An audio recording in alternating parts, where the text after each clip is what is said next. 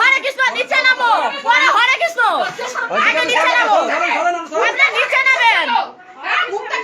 চলো নিচে চলো, নিচে চলো। ওসব ফোনে সরে যান সামনে থেকে, নিচে নিয়ে চলো, নিচে নিয়ে চলো, নিচে নিয়ে চলো, আজকে ইসলাম নিচে নিচে চলো, নিচে নিয়ে আসো, নিচে নিয়ে আসো। একটা একটা ভিডিও দিতে লাগবে। হ্যাঁ হ্যাঁ বাবা কি রে, হ্যাঁ মেয়ে নিয়ে রাখতে পারলে শোয়া, হ্যাঁ আর দিনের বেলা ইলেকটা আরে নিচে চলো না, ফোন করে ফোন করছিস এই তোর বঙ্গলিনাকে ফোন করে এসে বঙ্গলিনাকে ফোন করে এই একদম একদম না ওই পুরো যাও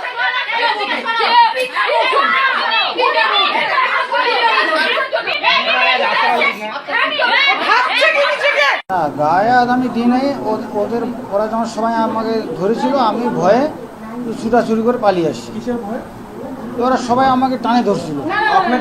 আমার এই শার্ট ছিঁড়ে গেছে, এখানে পিছন দিকে খামচি ধরেছে, শার্ট টেনে ধরেছিল, ওই জন্য আমি ভয়ে পালিয়ে আসছি। আমি একটা তাড়াহুড়ো করে একটা কাজে যাচ্ছিলাম, তো আমাকে ওরা যেতে দিবে না, সবাই আটকে ধরছে। আমাকে সবাই মিলে আটকে ধরছে, টেনে ধরছে, আমার শার্ট আমার গেঞ্জি টেনে ধরছে।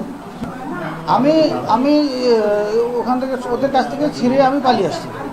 আমি কাউকে ঘুষি মারিনি।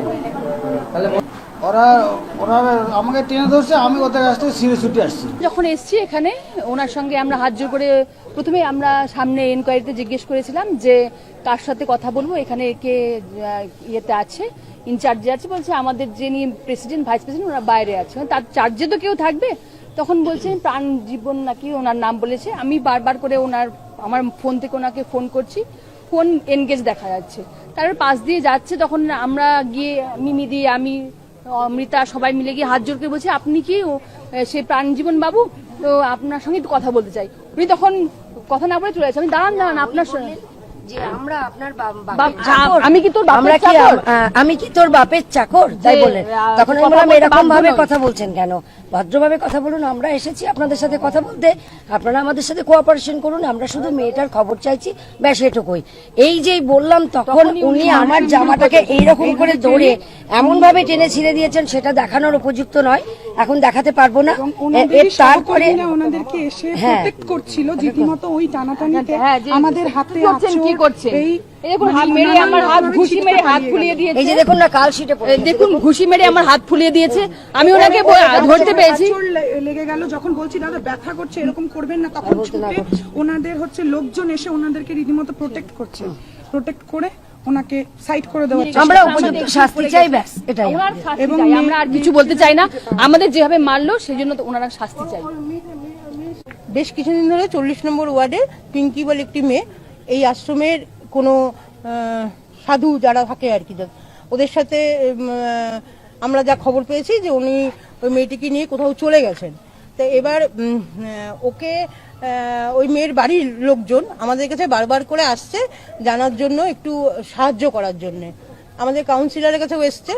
তো যেহেতু একটা মেয়েদের ব্যাপার, তো আমরা আমাদের মহিলারা, এই 40 নম্বর ওয়ার্ডের মহিলারা এবং আমাদের এরা যারা আছে সবাই, বিশেষ করে মিমি আছে, ও নিতা আছে, এরা এসছিল যে জাস্ট এদের সঙ্গে কথা বলার জন্যে যে আপনারা কি কিছু জানেন মেয়েটা কোথায় আছে, আমরা তাহলে যোগাযোগ করতে পারি, কেন মেয়ের বাড়ির লোক ওর কোনো খবর পাচ্ছে না বহুদিন ধরে, মেয়েটা বেঁচে আছে কিনা এটাও আমরা জানি না।